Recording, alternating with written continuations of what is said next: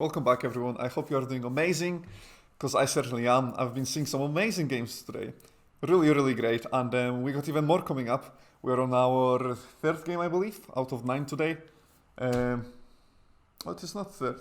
It's like fourth or fifth. Anyways, I'm losing the track. There is so much content coming our way. And even more to come. Our next studio is gonna be Featherskull Studios, so I'm looking forward to their project. But before we get onto that, bear in mind all the social links, all the panels will all have the links that you might want to access. If you just click on them, they're going to take you where you want to go. Use the hashtag ProtoPlay when you are sharing the stream, whether you are just a viewer, not just a viewer, a viewer of ours or a team member. Certainly giving the exposure to these amazing teams would be brilliant. And make sure to vote for your favorite game through the ProtoPlay website, which you can also access through the panels below. Without further ado, let's get on to the next game, the next project, which is by Featherskull Studios. Let's go. Hello, hello. Hello, hello. How are you sounding? Hi there. You are sounding beautiful. How are you today? Good. I'm great. Yeah, no. The anticipation. This is. I've been so looking forward to this. Oh, yeah. Here we are, and then half an hour, and it's over. I know. But anyway, so yeah, I'm Leon Irving. I'm the team leader and level designer of Featherskull Studios, and our game is Tribulation. So it is a hack and slash roguelike game set in a world which combines Norse mythology and science fiction. What a mix! Yes, it's quite an interesting idea, and we're all very proud of it. Okay, let's get started there. I'm sure you got more content for me, but I'll stop you right there. Before we get on to the rest, tell me about what made you choose this sort of mix of these two different themes almost. So there was the inspiration for the game itself as well. Yeah, so there was a bunch of stuff that kind of went into it. So, I mean, I guess we chose to make a roguelike game because we kind of all love roguelike games. We find it a quite interesting genre. If you're not familiar, it's just a game where you only have one life and essentially you have to make it as far as you can through multiple levels without dying or collecting items to kind of, keep yourself alive and kind of be more powerful with a lot of randomization in it. We find these kind of games quite interesting. The kind of Norse myth and sci-fi was kind of an interesting choice because I think way back when I kind of almost sort of pitched this idea to my team, I was like, it started off just as a small idea I had myself, which was purely sci-fi, and I don't know, we were kind of doing a lot of creative brainstorming on certain things about that, and kind of came up with this interesting idea of combining more of a, like, if a primitive society was to encounter a kind of completely unknown kind of cosmic force, essentially, and the kind of interplay between these two things could create a really interesting world. So we kind of went ahead and created this meld of these two types of games, or two genres, which we immediately thought, like, all four of us were like, that sounds really cool. Or like, there's so many things we could do with this, like, basically space Vikings. How does that not sound cool? So we're like, okay, we'll build this into like a full roguelike framework with all the things that people would expect of a roguelike in this kind of really interesting low poly style as well. We had quite a lot of fun making the art and stuff for it as well. But yeah, no, there was a lot of iteration near the start of like what game we really wanted to make. So yeah. Thank you for that. You're ticking quite a few boxes for me from a bit more subjective feedback for you, because I study game design myself, right? And what I'm loving so far from this is definitely the visuals. One of my favorite as well. But you got the health bars above the enemies, and it's a roguelike, and very responsiveness. There is no channels, and the input you'll get an instant response from the game. So from my just like personal, from what I'm noticing, my personal mind notes, it's looking really good. It's looking really good. We're incredibly proud of like the visual style, I guess. So I guess I'm like level designer and environment artist. So kind of all the buildings and the kind of rooms and stuff you can see is all stuff that I've been working on. The characters is mostly, and the animations is Ross. 2D art and stuff. We've got Kenneth making for the UI and things, and they making sure all the AI and all the sorts of programming stuff works. Our team's like really good. We've got lots of sort of different skills all merging together really well to be able to create all this kind of stuff. I also created the level generation as well, which I was kind of proud with. Level generation. Yeah. Okay, now you have to tell us about it. Let's go. Oh, I mean, I could fill the whole slot of this with level generation. Okay, stuff, I'm giving you a 5 minutes limit. 5 minutes, right? Okay, so essentially, the game is the levels are procedurally generated in the sense that there's a bunch of predefined rooms which I built within Unity as sections, and they're all connected together randomly by each of the doors that you see the player walking through.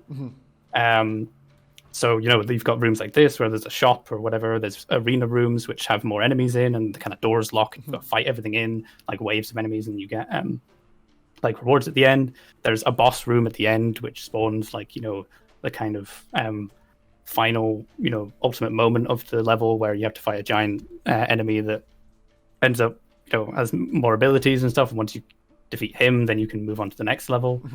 But yeah, there's a lot of kind of interesting complexities in how the level generation connects with the kind of way it's programmed and stuff, and that was definitely an interesting task working for this, and I was pretty proud of how it turned out. Okay, I think you just answered two of my questions, which is what are you most proud of, and what's the one thing you would change, but more on the side of maybe improve, or that was challenging. So I suppose that would be something we'd be looking into. Would you agree? I guess. Yeah, go on. I guess at least personally, the level generation stuff I'm most proud of, although there are still a couple bugs. I think overall we're quite proud of just the kind of whole theme and the whole world we built. Where I guess I feel like we're all proud to say that we have managed to make a roguelike game, which is kind of something that I guess it's quite an awesome thing to be able to say. In terms of most difficult thing or most thing we'd change.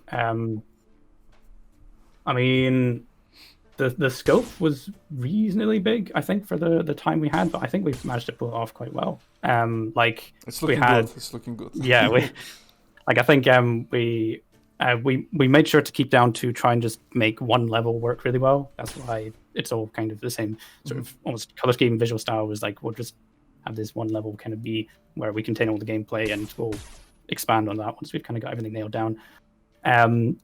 I think we kind of had to hit the ground running with design at the same time as implementation, because this project kind of started pretty much right at the start of Transfuser.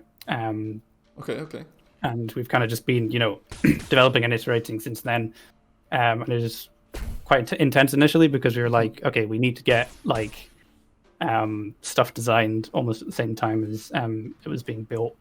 So I guess if there was one thing we could change, it would be make sure to take some extra time to design everything, taking into account more stuff, so we don't end up having to redesign stuff later, or make sure that we're all fine with everything. But otherwise, I think we did a fine job with it. So yeah, you did a great job. Also about the level, just a bit of a tap on the back for you. I think it's actually perfect because you get this very futuristic level at the start, right? And it clashes with your player really. You got almost like this Viking barbarian mythology god, whomever it is, clashing with this environment, right? So I think it shows off the theme that you're looking for well. So so I guess that sort of links into the kind of story and world building that we have as well. Essentially, the player plays as a Viking who he prays to his gods for a chance at redemption for something that's happened in his past, and essentially he gets answered by this sort of almost cataclysmic space station that lands in his normal abode of his place in essentially ancient Norway. So he's basically just a regular Viking, but is particularly adept at combat, luckily, so that he can fight. But he investigates this and explores through it whilst defeating all these different enemies and such, which are all influenced by Norse mythology. So we've got goblins, elves, dwarves, Jotuns as well, which is essentially giants, who are those kind of more golem-like looking robots. And then the final boss, which you just saw, a character called Utgard Loki. That was brilliant, by the way. I didn't want to stop you when you were talking, but when I saw the bullet barrage, I was low key quite sold to face that opponent. Yeah, that boss was actually. That boss was only really implemented quite close to the deadline. No, I wasn't saying anything, but I think we did a pretty reasonable job of like just fitting that in, just so we could have this kind of boss fight. I think we have some different ideas of what specifically his abilities are, but I mean, shout out to Damien, to be honest, for getting the AI to work for being able to make a kind of really awesome boss fight right at the last minute. But yeah, so they're kind of it's all combining the tech with the Norse mythology. That's why everything looks like it's sort of made out of engraved stone, and there's runes carved, and there's kind of these roots scattering about as if it's an old temple, or but there's also like machinery and lighting and kind of that's great. It's almost like our protagonist is in the right place but at the wrong time in terms of literal timeline. You could say that, yeah. But yeah, it's quite interesting. Especially trying to like when you're designing stuff, it's like, oh, is this a little too much Norse? Is this a little too much sci-fi? Like full sort of laser guns or whatever, versus just like kind of like leather hand axes and wooden sticks to hit each other with or whatever. Like it's kind of an interesting way to kind of try and ensure this sort of cohesive visual style as well as world building and things. Well, I can tell you, as you can take this as part of a player feedback who's yet to give it a proper go. But from what I'm seeing, I actually love the idea. The more what protagonist is bringing, the more it clashes with the world. I actually find it quite intriguing. I actually like it. So yeah, so it sort of plays off the idea of like he's essentially having to use the items he finds against the enemies he finds as well. Like it's almost using their own sort of tools against him or whatever. Which I guess ties into the kind of loot system which we built as well. Of course, roguelikes need to have kind of randomized loot essentially. So in this, you can find for example, here there's a passive item. He's picked up like some shin guards, whatever, which just make him run a bit faster. So then there's passive items which just increase your base stats and such. Ones increase your health.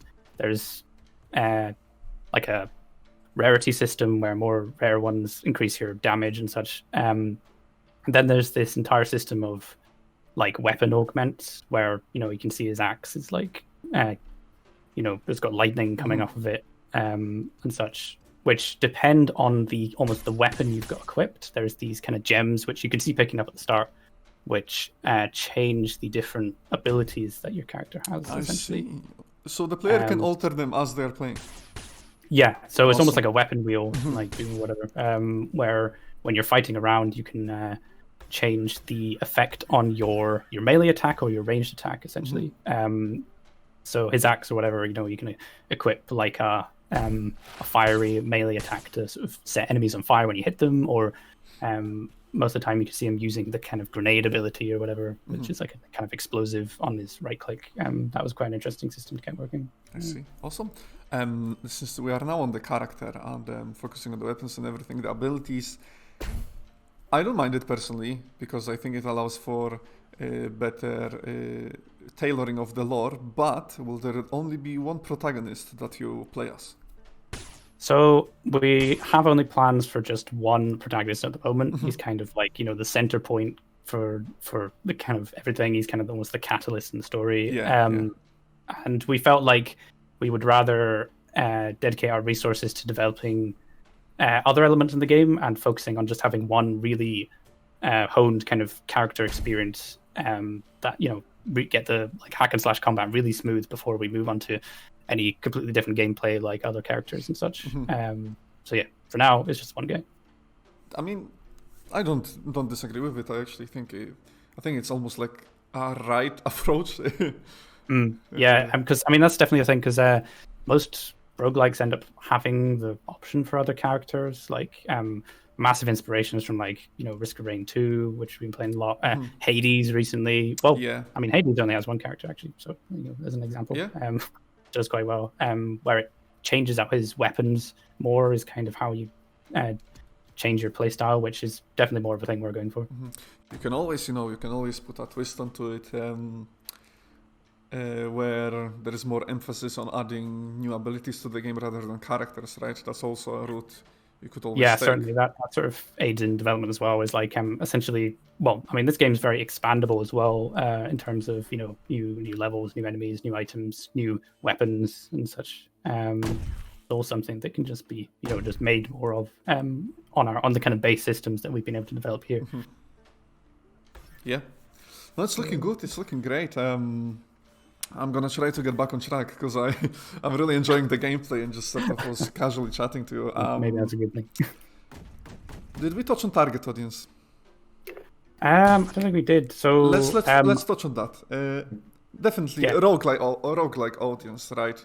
Oh, definitely. That's kind of definitely our biggest thing. I guess our age range is sort of 12 and up, essentially, because we've got a kind of nice little low poly style. It appeals to kind of lots of people, although I guess there is kind of hack slash fighting combat, which I guess can be a bit tense or whatever. But we have a pretty wide audience, but specifically targeting players familiar to existing roguelike games, like, as we say, Risk of Rain 2 or Hades and such, especially third person ones, because a lot of roguelikes are mostly like 2D or top down or such, or pixel graphics or whatever. So we feel we've kind of got quite an interesting design here. But so we've been sure to kind of hone the core concepts of a roguelike to ensure there's these gameplay components that players who love roguelikes will come to expect, like being able to kind of learn the kind of random generation to best kind of suit them, learn what the items do, learn how to better plan out their runs as they go on, the kind of big learning process that roguelikes bestow on the player is usually most of the fun of the game, is just trying and trying again and just learning the game over as you play through. You'll never really win on your first try kind of thing, but it kind of gets more difficult as you go. These are the kind of facets of a roguelike that those fans will really be interested in, so we've been making sure to hone those. I see, certainly. So more of a genre-focused target market, certainly, rather than age groups, would you say? Yeah, certainly. The game is looking great. I wanted to ask you, how are you looking to tackle, I wouldn't say an issue, but the challenge of having the player face many enemies? Or are you gonna... sorry, just let me finish. Are you gonna have any solution for player facing many enemies, or are they gonna face few enemies, which they'll have to just outplay? Because seeing the axe, and I don't know, as staff was mentioned or something, but bearing that in mind, when it comes to melee attacks and a roguelike where there is usually waves of enemies, it can be sort of difficult to balance the combat. How are you looking to make it essentially enjoyable for the player? Yeah, so I guess we've given the player plenty options to aid them in their kind of melee combat, because, as you say, that is a very big consideration of ours. Is like, can they get overwhelmed in melee combat and such? So we've got lots of mobility, and I guess platforming is like another key aspect of the game as well. Is kind of verticality. The player can jump multiple times. They can dodge roll out of attacks, like kind of Dark Souls or whatever. They can dash across from like one ledge to another. So the player has very high mobility to just simply be able to evade attacks if they are able to learn how those work. But also they have other combat abilities, like, well, they have their kind of combo system essentially, that if the player learns how to fight just with their axe well enough, they can learn the kind of, there's like heavy attacks, the slam attacks, there's kind of, certain combinations of attacks that result in certain actions. But of course, there's this augment system which essentially acts as like weapons, where you can see you've got like the grenade launcher or whatever is best for clearing out waves of enemies. There's some of them give, like the green one here, it gives you a heal ability. So you can, if you're low on health, you can be like, okay, I'll switch to the particular augment, equip that, then heal up, then use something that's a bit more damage dealing later. there's and then same applies to the melee augments as well. You also see there's another item the player can equip, similar to the passives. I mean, we just call them actives, where it's actually an item that the player can find and then can press a button to activate an ability from it. So it's kind of like a, a usable item essentially. So I guess we've got several of those that kind of just do interesting things and kind of affect the gameplay in certain ways that can help the player. I think most interesting one is one where that it allows you to teleport to a random room no matter where you are. So that kind of like play is kind of it's shaped like a dice. Ironically enough, is it kind of would allow the player to go to basically any room. So either they could end up in the boss room, which would be a really bad decision, or they could end up in a room with loot or whatever. So I like that it can take you to the boss room, because I know some games have such item in place as well, but they have a separate one to take you to the boss room. But the fact that you can use that one to end up in the boss room can be quite. It will be a hard decision for the player to use it or not. Certainly, yeah. I think I was considering, I should probably not make it go to the spawn room or the boss room because that would kind of be really bad. But I thought, just the chances of that are kind of relatively low. So I'll just kind of a funny thing. But yeah, so these items have been quite fun to make as well. Some of them actually attach to the player as well, so you can change how he looks depending on the items you equip. Ooh, nice. So Ross did a good job of rigging all these items as well as making sure they attach to the character and stuff. So he's got like helmets and I think there's like a sort of bandolier item which gives him more mana for his attacks and stuff. And there's like chest plates and whatever. So essentially, so you can change how your character looks as he travels through. I guess that's one thing we wanted to emphasize was it's like the character's going on a journey. Essentially, he'd like change as he travels. I see. That's cool. Awesome to hear. How was your feedback from the players and its influence on the game? So we've had lots of good feedback. We've been able to do plenty testing. Where we've got we've been going on other development discords and such, and kind of throwing out our HIO link of our game and such, so other people can play it. In one instance, someone made a solid 2 separate hour-long videos of just playing through the whole game multiple times, pointing out every little thing. They were being wonderfully brutal about everything. And we were like, okay, this is very good feedback. There was and we were able to find a bunch of bugs through that, and especially with roguelikes, testing to that extent is incredibly important. Not just because of the randomization aspect, but also because of you've got to ensure the kind of player experience without any knowledge prior is as good as it can be. Because of course, as developers, we're like, oh, we know where everything is. We all know how to get to the boss room or whatever. So, I guess that's an example where player navigation in the procedural level we found has been a bit of an issue because players often get lost, essentially, just in the kind of almost endless corridors of the world. So we've been working on you see the doors change color to show you rooms that you've been in, or rooms that are still open or whatever, or rooms that are locked. And we were working to get a mini map working to aid in player navigation, but for procedural games like this, especially 3D ones and all such, it kind of proved a little more difficult than we were kind of hoping.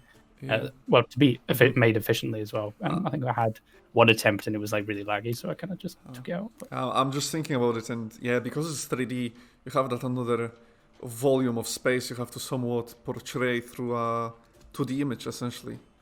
So, certainly, yeah. So we're almost considering a kind of 3D mini map or something that you could like that would move around in real time, or something that you could open and it would show you elevation at the same time. I think that's the best solution, to be honest. It sounds good. Sounds good. Yeah. You mentioned that you would go into some developer discords, places to get that feedback. How big of a part in that played Transfuser and the teams that took part in that? So how big did Transfusers play in the testing? In just the development of the game, really. How much influence and sort of feedback did you get from Transfuser and the teams within there itself? I mean, we have had plenty other Transfuser team members join our Discord, by the way, which is linked on the ProPlay website, ProPlay Discord as well. So go join that.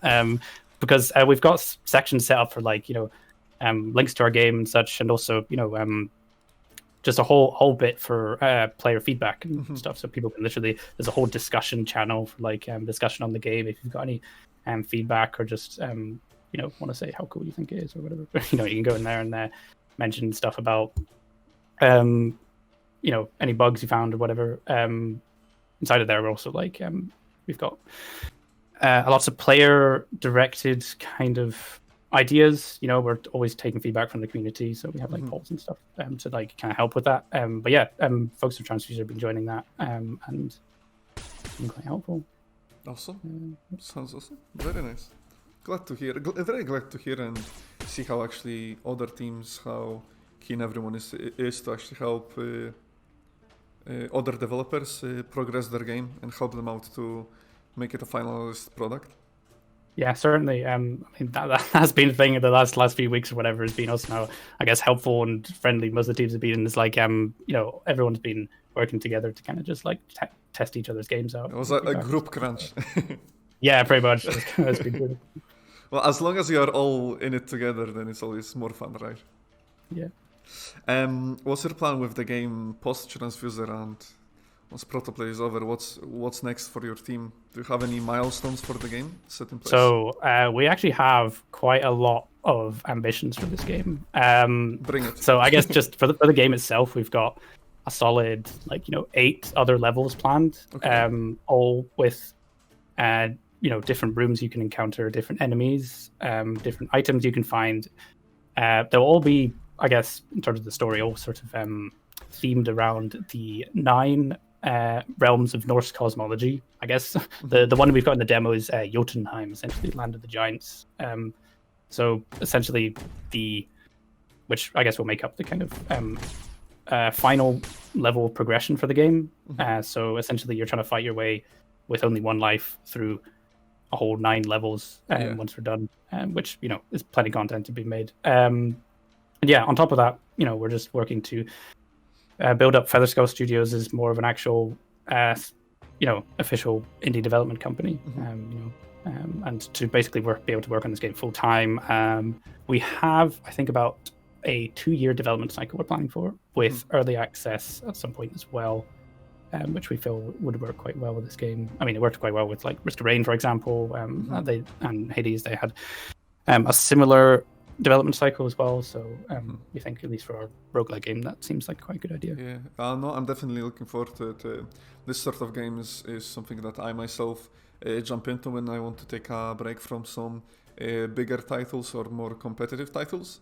So certainly, I'll be looking out for your game, certainly. So make sure you work hard and so I can have a playthrough.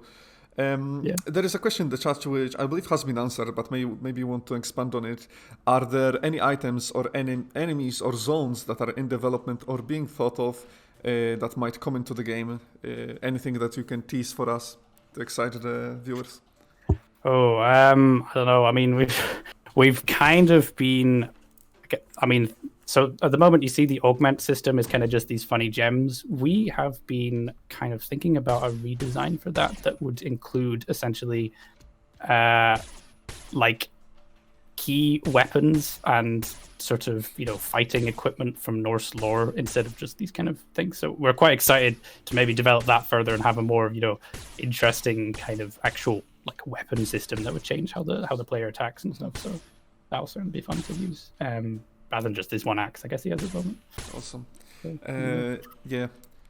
Just really an amazing job that you guys are doing on the game. So you should feel proud, and great job on getting the project to where it is now. How much time did you have to develop it?